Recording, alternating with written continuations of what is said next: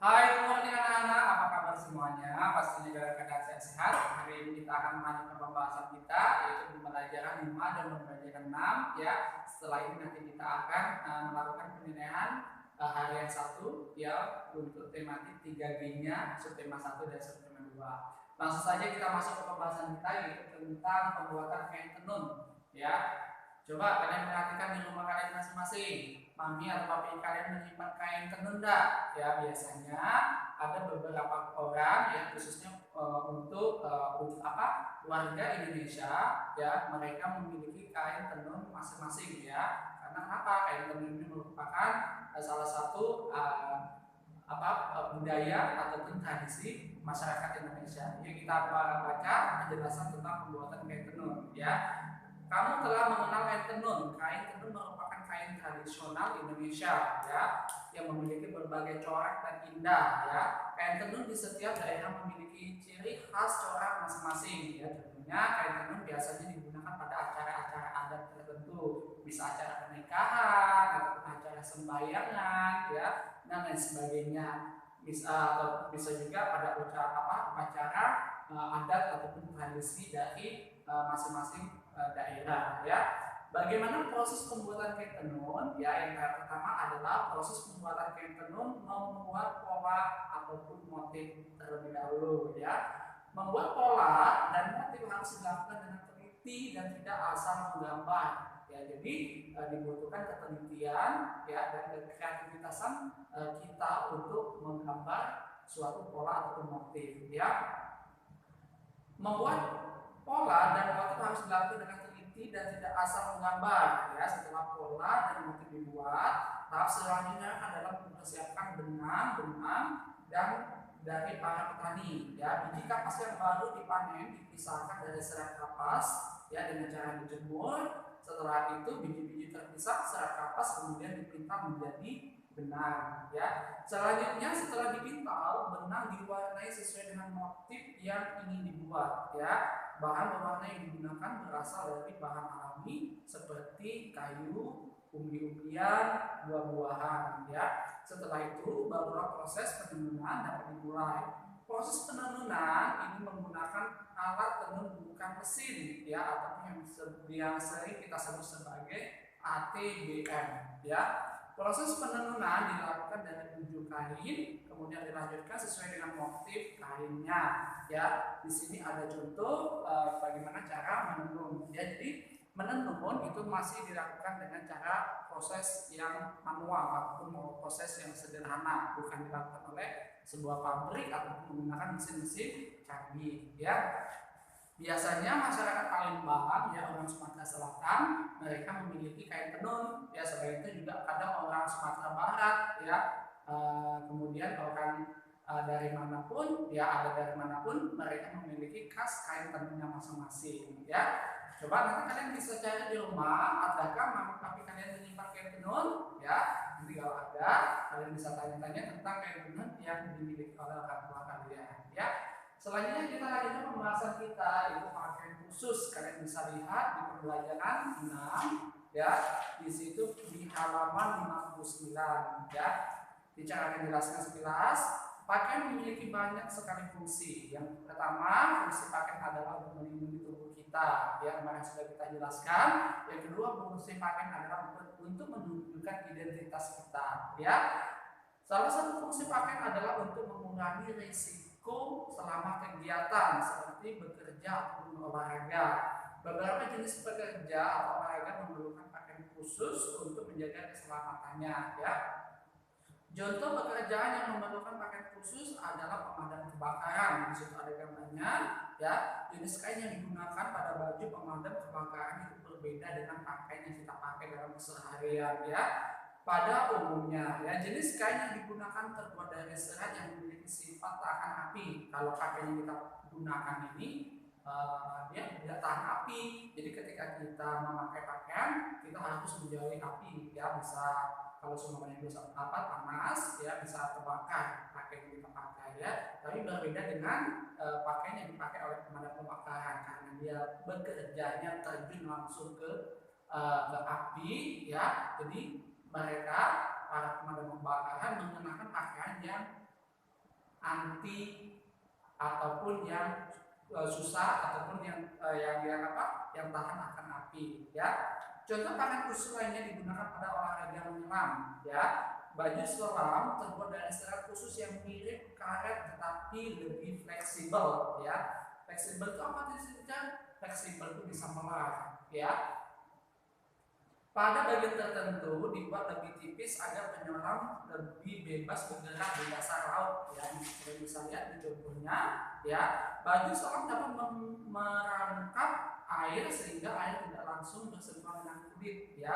Air tersebut akan dihangatkan oleh suhu tubuh pemakainya sehingga penyelam tidak kedinginan ya. Baju selam juga dapat mempermudah mengapung di dalam air ya. Jadi berbeda dengan pakaian pemadam kebakaran. Kalau pakaian penyelam pakaiannya lebih fleksibel ya. Kemudian pakaiannya juga memiliki ciri-ciri khas tertentu ya. Selain penyelam juga ada pakaian paramedis ataupun pakaian dokter ataupun perawat ya. Selain kedua contoh di atas, terdapat pakaian yang khusus yang digunakan oleh para dokter, terutama pakaian yang mereka pakai ketika mau melaksanakan operasi ya. Pakaian tersebut dirancang dengan model yang mudah dikenakan, mudah dilepas, dan mudah dibersihkan ya. Pemilihan model berguna agar memudahkan bergeraknya kegiatan melakukan operasi ya. Jenis kain yang digunakan adalah kain katun dan linal yang lembut ya. Setelah digunakan, pakaian bisa dicuci ya atau dikeringkan dan disterilkan kembali dari kuman ya. Jadi setiap kita memiliki pakaian ya masing-masing ya. Siswa pakaiannya apa? Seragam sekolah ya. Penyelam pakaiannya yang fleksibel ya. Kemudian pemadam kebakaran pakaiannya yang tahan api. Kemudian untuk para tim medis pakaiannya yaitu yang mudah digunakan, pakaiannya bisa dicuci ya, berasal dari kain katun dan linel ya. Jadi setiap kita memiliki berbagai macam jenis pakaian masing-masing ya. Setiap pekerjaan memiliki pakaian yang bermacam-macam. Oke, lanjutkan kita pembahasan kita tentang PPKN yaitu tentang keragaman pekerjaan. Nah, kenapa setiap kita memiliki perbedaan pakaian? Karena setiap kita memiliki pekerjaan yang berbeda-beda. Ada yang bekerja sebagai pemadam kebakaran, ada yang bekerja sebagai dokter atau perawat, ada yang bekerja sebagai penyelam, ada yang bekerja sebagai guru, ada yang bekerja sebagai polisi dan lain sebagainya. Ya, di bumi ini sangat bervariasi pekerjaan. Ya, nah dengan adanya perbedaan pekerjaan tersebutlah makanya diciptakan atau dibuatlah pakaian sesuai dengan kondisinya. Kalau kondisinya ke lapangan yang berkaitan dengan api, berarti pakaiannya dibikin yang tahan api ya. Kalau semuanya pekerjaannya di rumah sakit, berarti diciptakan atau dibuat pakaian yang mudah digunakan, mudah dicuci, mudah disterilkan ya. Kalau semuanya pakainya guru, bisa ada yang seragam, ada yang bebas kayak yang mungkin sopan kayak yang kita pakai saat ini dan lain sebagainya. Nah, dengan adanya perbedaan pekerjaan yang ada di lingkungan kita, ya kita harus saling menghargai dan menghormati. Tujuannya kenapa teacher kita harus saling menghargai dan menghormati? Ya, tujuan kita untuk saling menghormati dan menghargai setiap pekerjaan yang ada di sekitar kita. Ya, tujuannya yang pertama adalah supaya kita hidupnya rukun.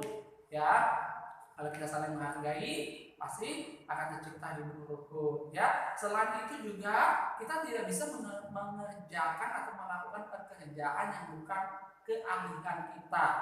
Ya, nah suatu saat kita pasti akan membutuhkan bantuan orang tersebut untuk melakukan pekerjaan yang nggak bisa kita lakukan.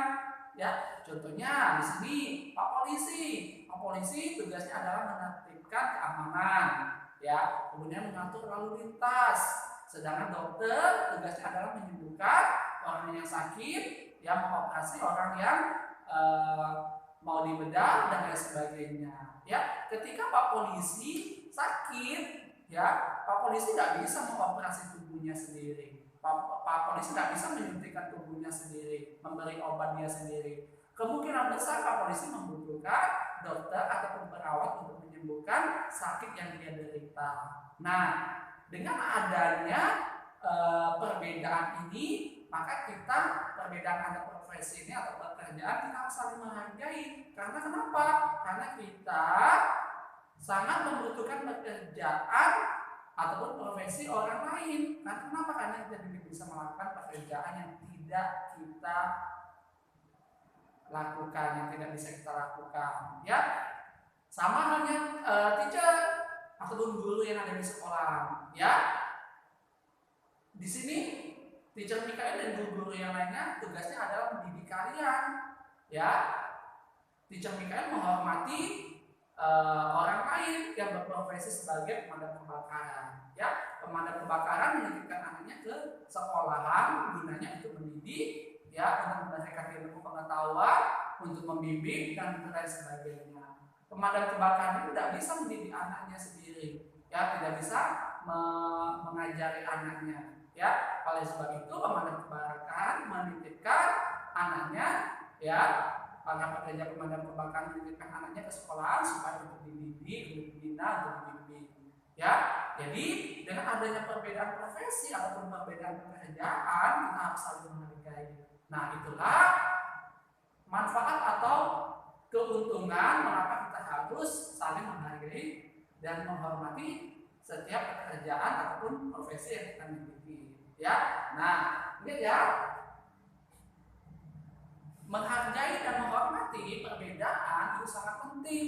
Ya, jadi jangan sampai kita tidak melakukan hal tersebut. Ya, kalau semuanya kita tidak melakukan hal tersebut, tidak menghargai ataupun tidak menghormati, maka kita tidak akan bisa hidup rukun. Ya, kita akan terciptanya pertengkaran. Ya, nanti kalau kita suatu saat butuh seseorang ataupun butuh pekerjaan orang lain akan malas membantu kita. Ya, kalau semuanya kita tidak menghormati dan tidak menghargai.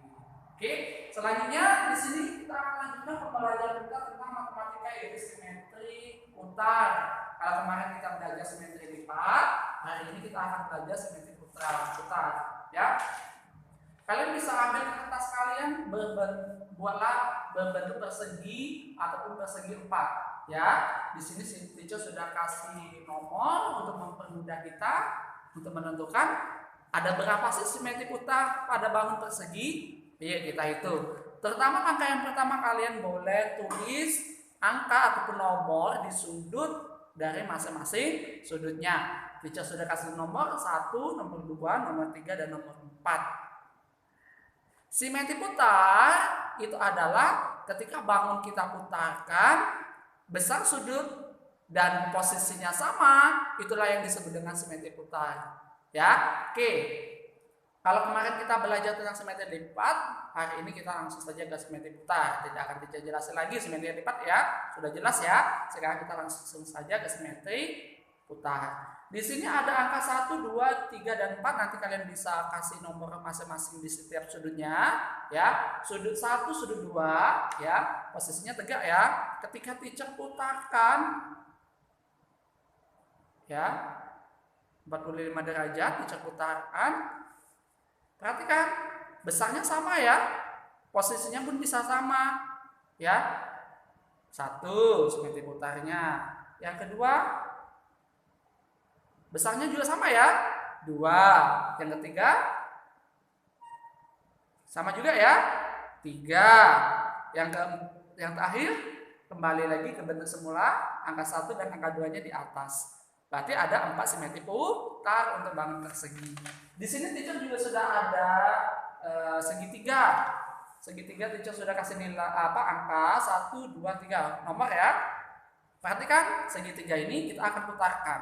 Posisinya ketika kita putarkan akan sama tidak dengan posisi semula. Ingat ya, kalau posisinya nggak sama dengan posisi semula berarti dia tidak memiliki simetri putar.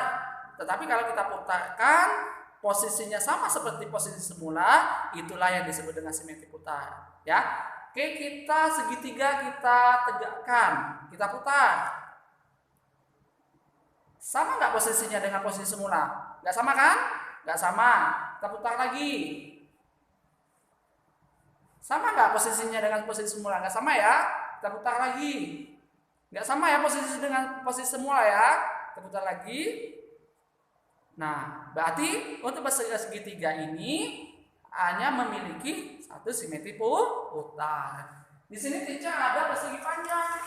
Sudah teacher kasih nomor juga, nomor 1, nomor 2, nomor 3, dan nomor 4. Ya, posisinya perhatikan ya. Nah, ya, kita hitung ada berapa posisi putarnya yang sama posisinya. Ketika kita putarkan sama posisinya, baru kita bisa menentukan bangun tersebut ada berapa posisi simetri diputarnya. Yang pertama, kita tegakkan, angka 1 ada angka 2, posisi tegak lurus, kita putarkan, sama tidak dengan posisi semula? Tidak sama kan? Dia lebih panjang ke atas. Ya, kalau tadi panjangnya ke bawah ya, ke samping ya, sekarang panjangnya ke atas. Nggak sama kan posisinya ya? Oke, kita putar lagi. Sama tidak panjang posisinya? Sama ya? Memanjang ke samping. Kita putar, berarti berapa simetri putarannya? 1, ketemu ya. Kemudian sama nggak dengan posisi semula? Nggak sama kan? Yang terakhir kembali lagi ke bentuk awal. Berarti untuk persegi panjang dia memiliki berapa banyak simetri putar? Ada 2 simetri putar. Nanti kalian bisa belajar sendiri di rumah kalian. Kalian boleh gambar bangun, boleh persegi panjang, persegi, segitiga, trapesium, lain-lain dan lain sebagainya. Dan tentukan berapa banyak simetri putar pada bangun-bangun tersebut. Oke, cukup jelas penjelasan teacher hari ini. Nanti kalau ada yang ditanyakan bisa tanya ke WA teacher. Untuk masalah tugas nanti teacher share on the classroom. Thank you so much. I'm sorry for everything. Bye bye.